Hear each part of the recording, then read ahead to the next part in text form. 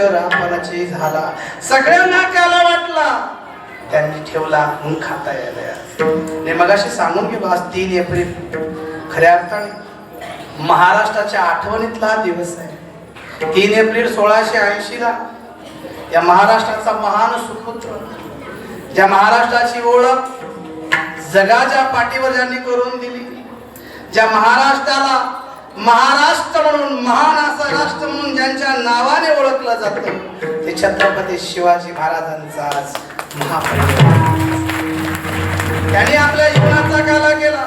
अरे छत्रपती शिवरायाने जीवनाचा काला करत असताना तत्कालीन महाराष्ट्राचा विचार करायला गेलो तर तत्कालीन महाराष्ट्रामध्ये 16व्या शतकामध्ये अरे हिंदूंच्या बाईला बेटीला रस्त्यावरून फिरणं मुश्किल होतं, घरामध्ये राहणं मुश्किल होतं। अरे स्त्रीला स्त्री म्हणून जगता येत नव्हतं, हिंदूंना हिंदू म्हणून जगता येत नव्हतं। आपल्या लोकांना अरे माझ्या माय माऊलींना कपाळाचं कुंकू पुसून बाहेर जावं लागत होतं। अशी परिस्थिती त्यावेळेस होती कारण तिच्या कपाळाला कुंकू आहे ते हिंदू आहे आणि म्हणून तिला पाठवलं जायचं। हा काळ त्यावेळेस होता। महाराष्ट्राचा विचार करायला गेला छत्रपती शिवरायाने जीवनाचा काला केला माईबाप आणि म्हणून सुखाने आपण इथे बसून काला खातो। लक्षात घ्या ही परिस्थिती अशी होती। अरे 16व्या शतकामध्ये या महाराष्ट्रामध्ये 5 शहांचं राज्य होतं। अहमदशाह, निजामशाह, वजीरशाह, कुतुबशाह, इमादशाह 5 शहा होते। डच होते, इंग्रज होते, पोर्तुगाल होते, सिद्धी होते। अशा 12 यवनी सत्ताने तत्कालीन महाराष्ट्राला घेरलं होतं। हिंदूंना हिंदू म्हणून मुश्किल जगणं झालं होतं आणि अशा परिस्थितीमध्ये सुद्धा संपूर्ण उत्तर भारत मोगलांनी आपल्या साम्राज्याखाली घेतला होता आणि अशा परिस्थितीमध्ये आपल्या सोबत कोणी नसताना सुद्धा अशा बिकट परिस्थितीमध्ये सुद्धा या तमाम हिंदुवासियांना या महाराष्ट्राला या भारताला हिंदवी स्वराज्याचं स्वप्न दाखवण्यासाठी आई जिजाऊ आऊसाहेबाला वचन दिलं आणि 16व्या वर्षी या छत्रपतीने हिंदवी स्वराज्याची स्थापना केली। जीवनाचा काला आणि ऊर्जा मंत्र आजही आहे, कालही आहे, उद्या आहे। 450 वर्ष झाले पण आजही माणूस मरायला टेकला असेल, अंतिम श्वास घेत असेल आणि त्याच्या कानात जाऊन जर म्हटलं छत्रपती शिवाजी महाराज की जय म्हणल्याशिवाय राहत नाही। का झालं राजे हो? मला मगाशी तो सुविचार आठवला, चारित्र्यासारखा मौल्यवान दुसरा दागिना नाही, चारित्र्यासारखा मौल्यवान दुसरा दागिना नाही। अरे छत्रपती शिवाजी महाराजासारखे शूरवीर राजे या जगात झाले। तो सिकंदर अलेक्झांडर जगजेता झाला। तुम्हाला सांगतो नेपोलियन नावाचा फ्रान्स राज्यक्रांतीचा जनक मोठा राजा झाला पण जगाने कधी अलेक्झांडरला डोक्यावर घेतलं नाही, जगाने कधी नेपोलियनला डोक्यावर घेतलं नाही।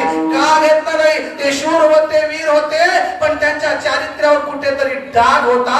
पण जगाच्या पाठीवर आई बहिणीला बहीण समजून वागणारा, काकण सोळी करणारा, माय माऊली समजणारा जगाच्या पाठीवर या हिंदुस्थानचा मालक छत्रपती शिवाजी। काही लोक असे म्हणतात मगाशी एक संमेलन झालं गोव्यामध्ये, तिथं सांगितलं छत्रपती शिवाजी महाराजांनी 8 बायका केल्या। का केल्या? अरे 8 बायका केल्या महाराजांनी पण एकाही बायकोला 8 दिवस वेळ दिला नाही हो। साम्राज्य विस्ताराचा हेतू होता।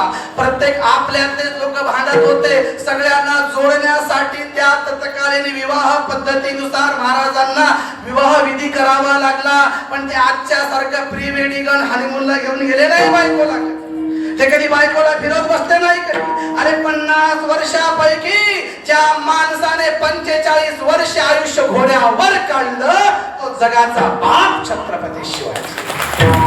त्याने त्याग केलाय, 50 वर्षाचं आयुष्य मिळून सुद्धा जीवनाचा काला आमच्या समोर ठेवला बाबा। तो आदर्श आमच्या समोर आहे। जगावं कसं, वागावं कसं, राहावं कसं तर शिवबासारखं राहावं हा आदर्श आहे। शिवाजी महाराजांनी आम्हाला फार चांगले गुण दिले।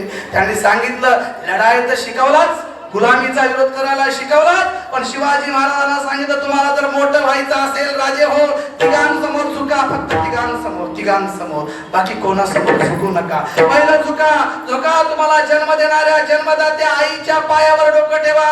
कारण छत्रपती शिवाजी महाराजांनी जिजाऊ आऊसाहेबांना सांगावं आणि महाराजांना न ऐकावं असं कधीच घडलं नाही. फक्त आईला वचन दिलं आणि स्वराज्याची निर्मिती केली. राजे हो, आईच्या वचनात राहणारा राजा. आईवर प्रेम करा, छत्रपती शिवाजी महाराज शिकवतात. जेजुरीच्या गडाच्या पायथ्याशी शहाजी महाराज भेटायला आले आणि आपल्या वडिलावर किती प्रेम करावं. आणि शहाजी राजांना पालखीत बसवलं, त्यांच्या पायातले जोडे डोक्यावर घेतले. बापावर किती प्रेम करावं छत्रपती शिवाजी महाराजांनी शिकवलं. एवढंच नाही, छत्रपती शिवाजी महाराज, शहाजीराजे, जिजाऊ आऊसाहेब दोघांसमोर झुकले आणि तिसरा व्यक्ती त्याने त्यांच्या पायावर डोकं ठेवले.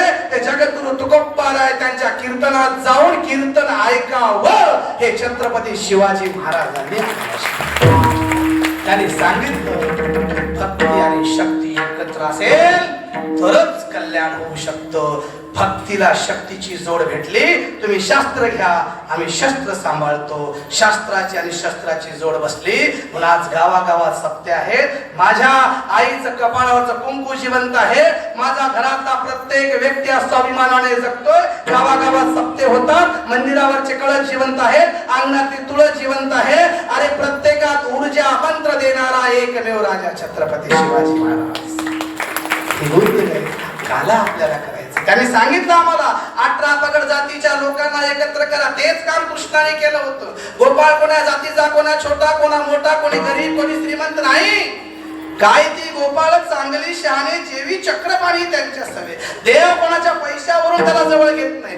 देव कोणाच्या श्रीमंतीहून त्याला जवळ घेत नाही. देव एवढा फक्त भावाचा भुकेला आहे. गोपाळांना एकत्र घेतलं आणि तो किती घाण असेल, कितीही गरीब असेल, कितीही अस्वच्छ असेल, कसाही असेल, हृदयाला लावतो. तो तुमचं बाह्यांग बघत नाही तर तुमचं अंतरंग बघतो. आणि अंतरंगाचा काला कसा करावा ते कृष्ण परमात्माने आम्हाला शिकवलं.